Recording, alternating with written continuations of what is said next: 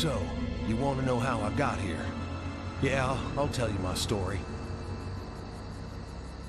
It all started like this.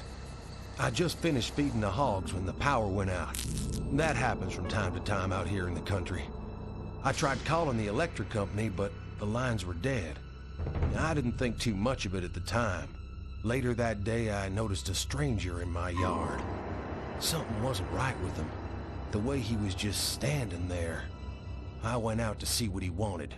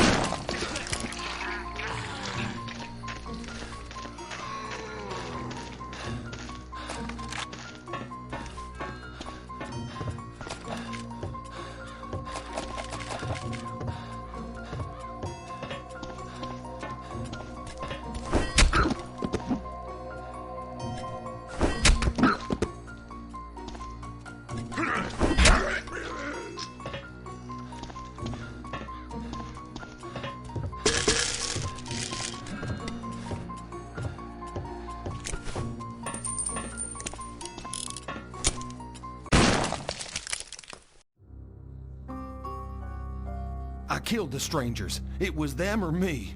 The poor devils looked like they fell in a septic tank and festered for a few days. I'd never killed no one before, so I sure was real spooked. I decided to head over to my neighbors across the cornfield. I just didn't feel safe hanging around here all by myself.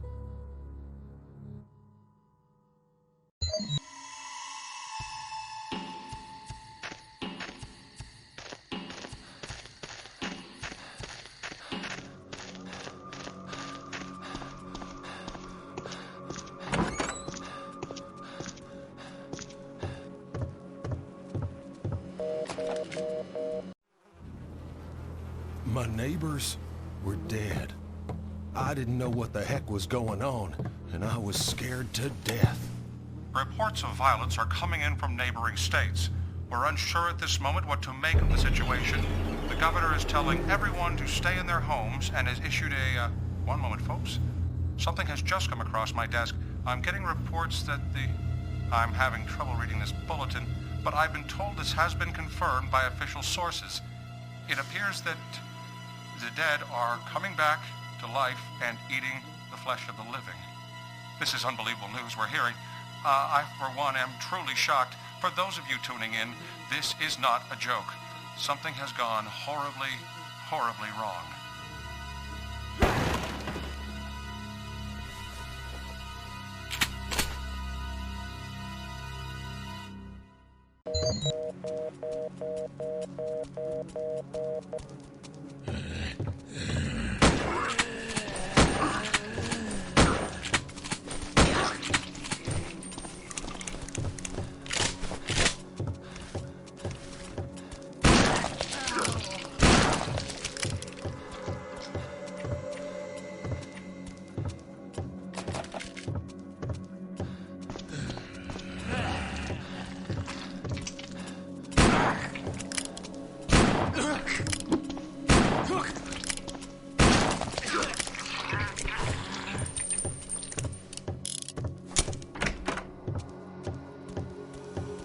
I know Kung Fu.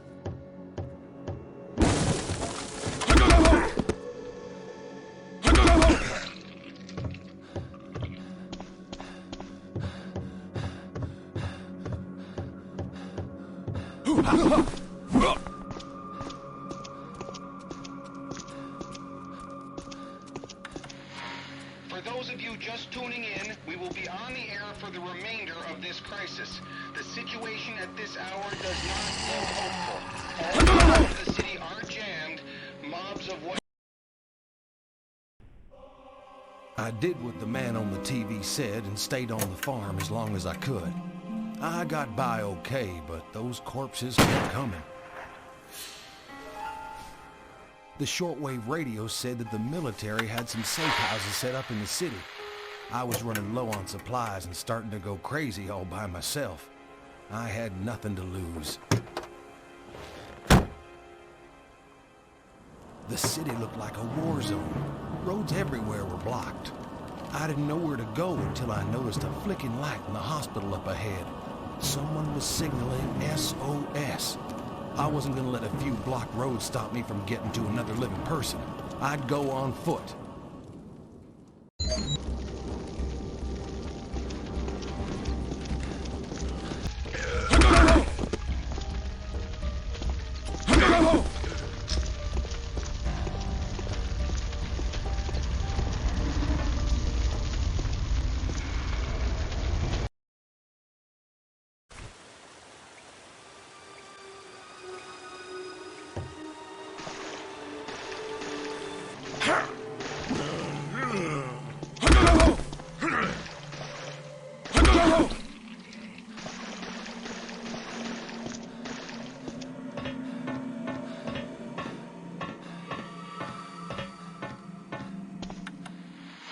This is Philip Hudson reporting live from the emergency headquarters at the Jared Smith Center for the Performing Arts. We have reports that the West End fires are spreading even further. People living in the area are advised to be very cautious. If the fire gets close, evacuate your family and head to the nearest safe house. Once again, the following is a list of military safe houses. Regional Police Precinct 22 at 239 Ellington Avenue, Old City Hall at 55 Mill Street, and the Jared Smith Center for the Performing Arts at 26 King Street. Folks, please bring whatever supplies you can. We are in dire need of food, water, clothing, batteries, flashlights, weapons, and ammunition. This is Philip Hudson reminding you that we will be doing reports every hour on the hour for as long as we can.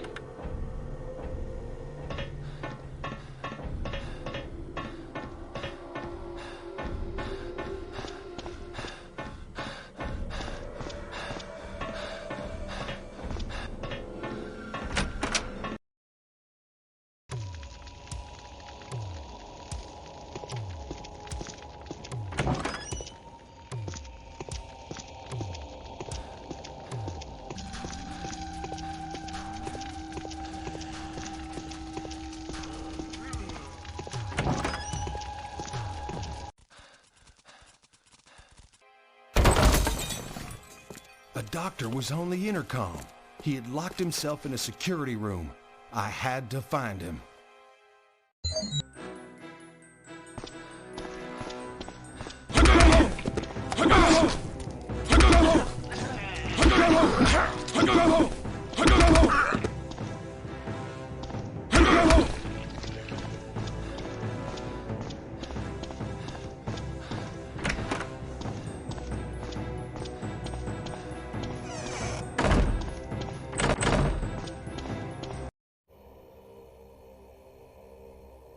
The doctor had come for supplies a few days ago. The men he was with were murdered by those living dead. Once the killing started, he locked himself in this room. It kept him safe, but now he couldn't get out. The doctor said that if I went to the basement, I could open the door by flicking an electrical switch down there. First, I needed his pass card to get into the basement. He buzzed me into the offices so I could fetch it.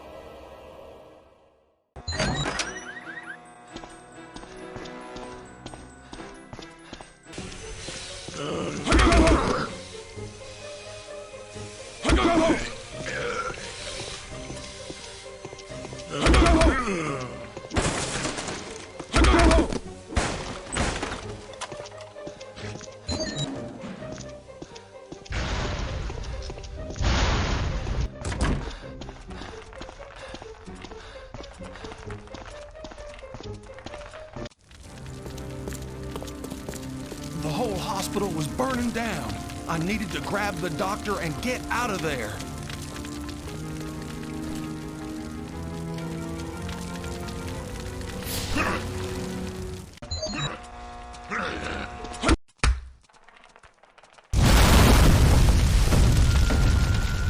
Explosions rocked the hospital. No time to think. I just had to save myself.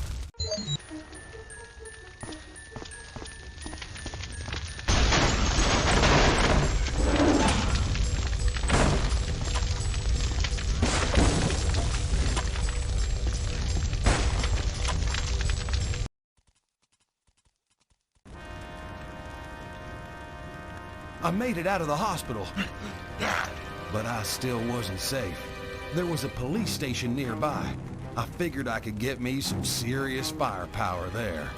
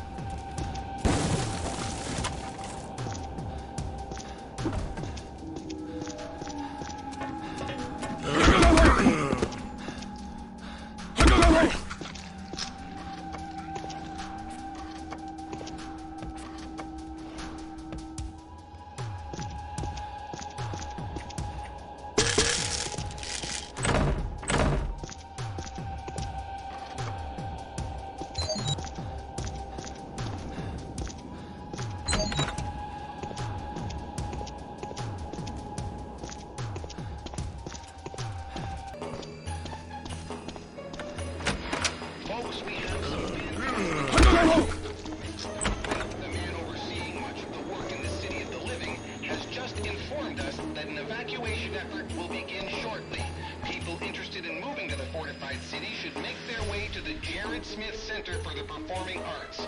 We'll keep you posted as more details come in.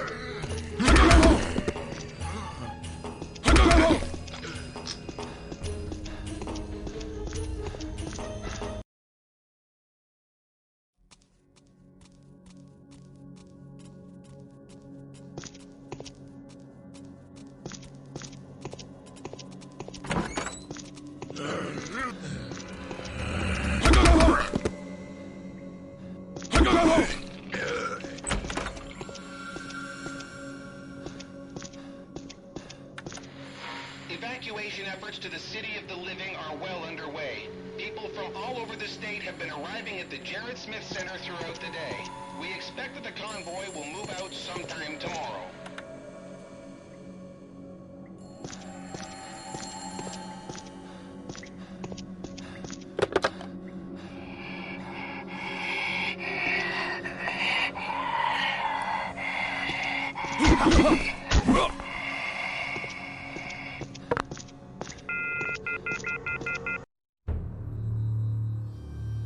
His name was Otis. He said the police station was a safe house until it got overrun a couple of days ago, but he wouldn't tell me why they locked him up. Criminal or not, I couldn't just leave him there. I had to find a key to his cell. Hey man, you gotta get me out of here.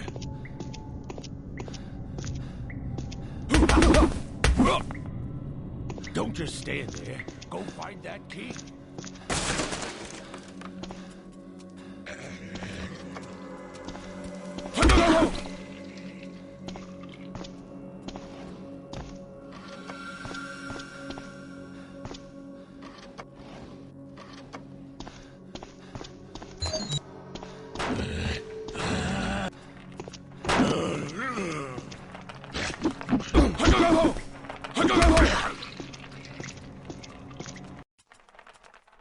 Otis was sure glad to be free, but what would we do now?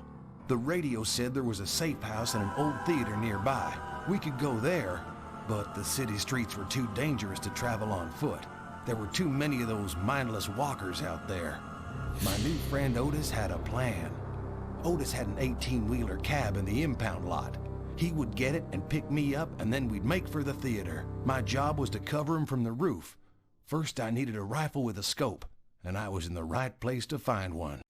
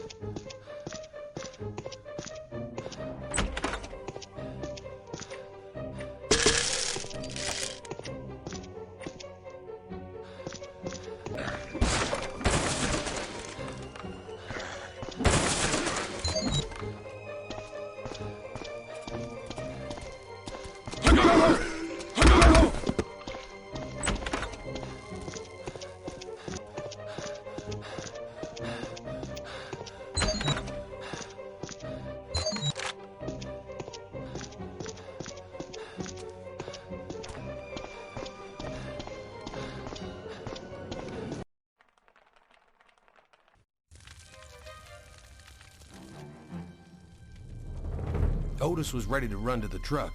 I didn't have many bullets in the sniper rifle, so I had to be careful. I couldn't let a single one of them get to him.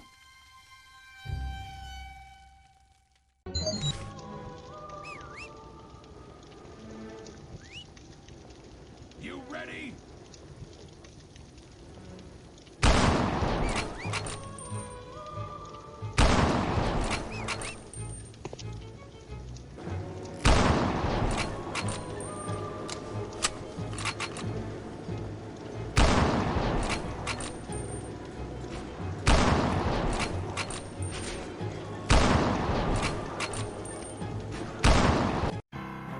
Otis barely made it to his truck when a bunch of them attacked. I saw him wave and yell something. All I caught was theater. And then he drove away. I was alone again.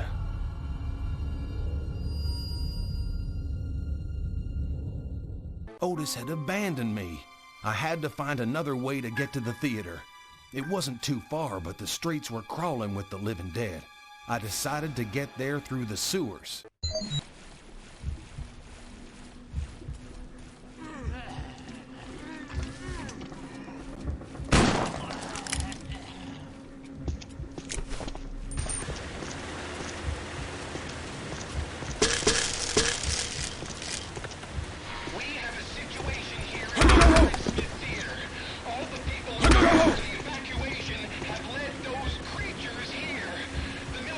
Holding them off at the moment, but I've never seen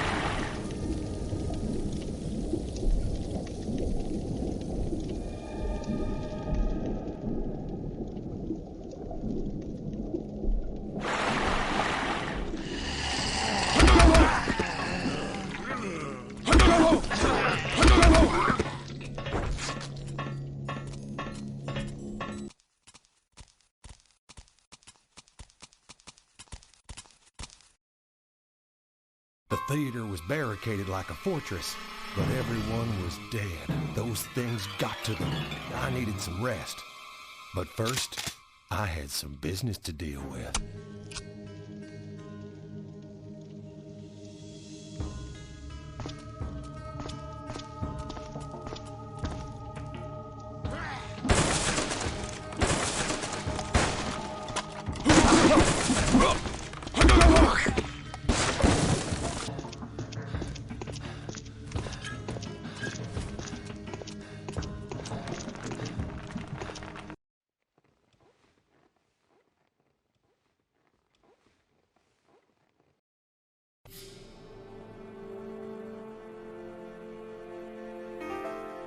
I woke up to honking. Otis came back for me. I asked Otis where we were going. A trucker on his CB radio told him about a city of the living, completely surrounded by water and walled off from those creatures. We had to find a way there. Our best bet was to go by boat. We headed for the docks. Freedom was in sight. Otis would go down and find a boat while I covered him.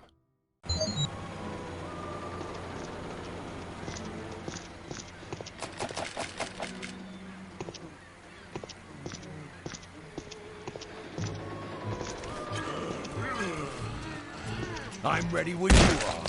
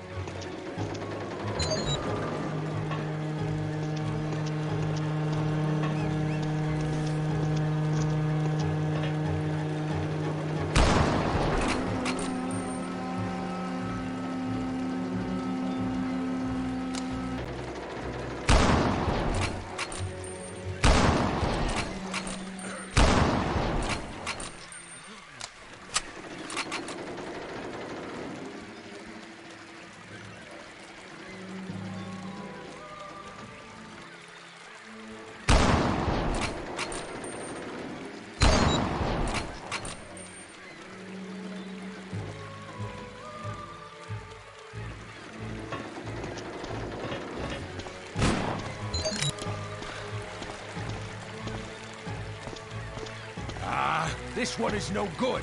I'll go and check the next one.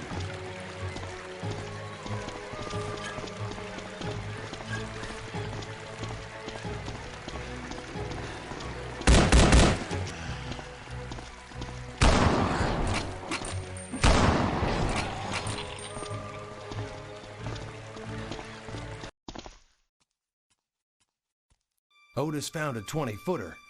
He would hotwire it while I went to the control tower to open up the harbor gates.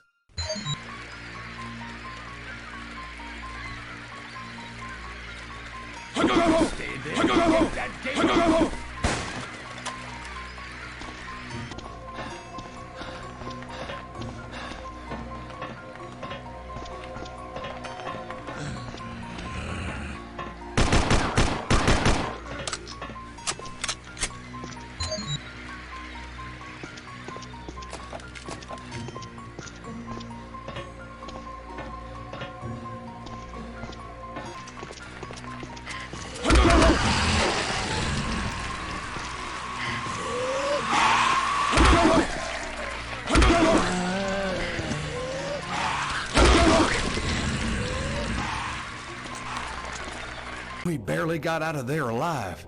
It was like they knew we were trying to get away. I was relieved, but Otis wasn't doing so good. I could tell they had got to him. He looked at me and took a deep breath and asked for one last favor. It made me sick to my stomach, but I had to do it before he turned into one of them, a living dead.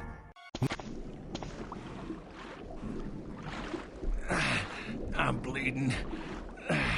They got to me. Kill me before I turn into one of them. What are you waiting for? Do it. Do it now.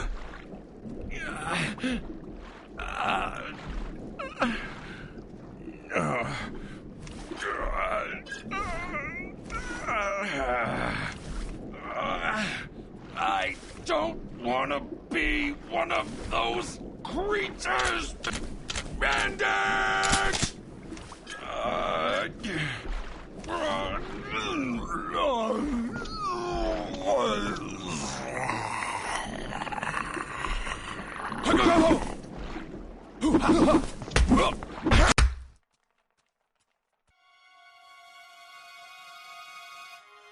It took a while, but I finally made it to the city of the living.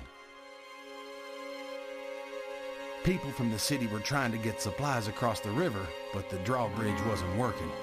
They asked me for help, and I just couldn't say no.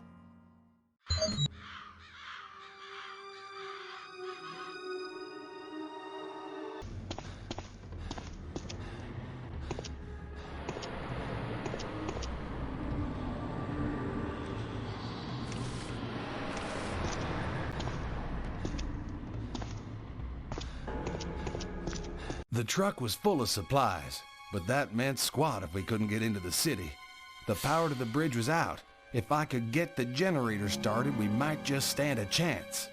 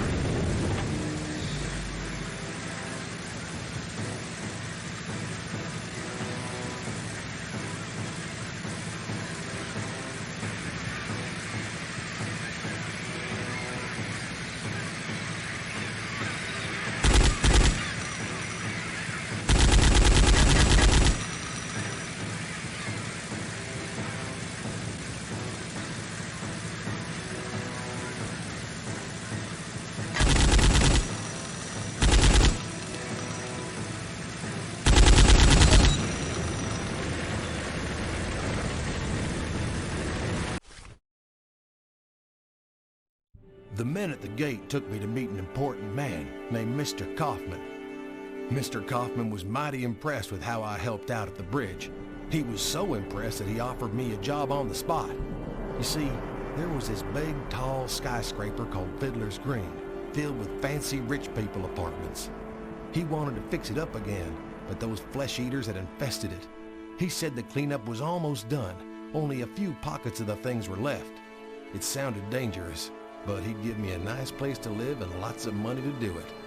Besides, Mr. Kaufman said that by doing this, I'd be helping out a lot of people. Good people, just like me.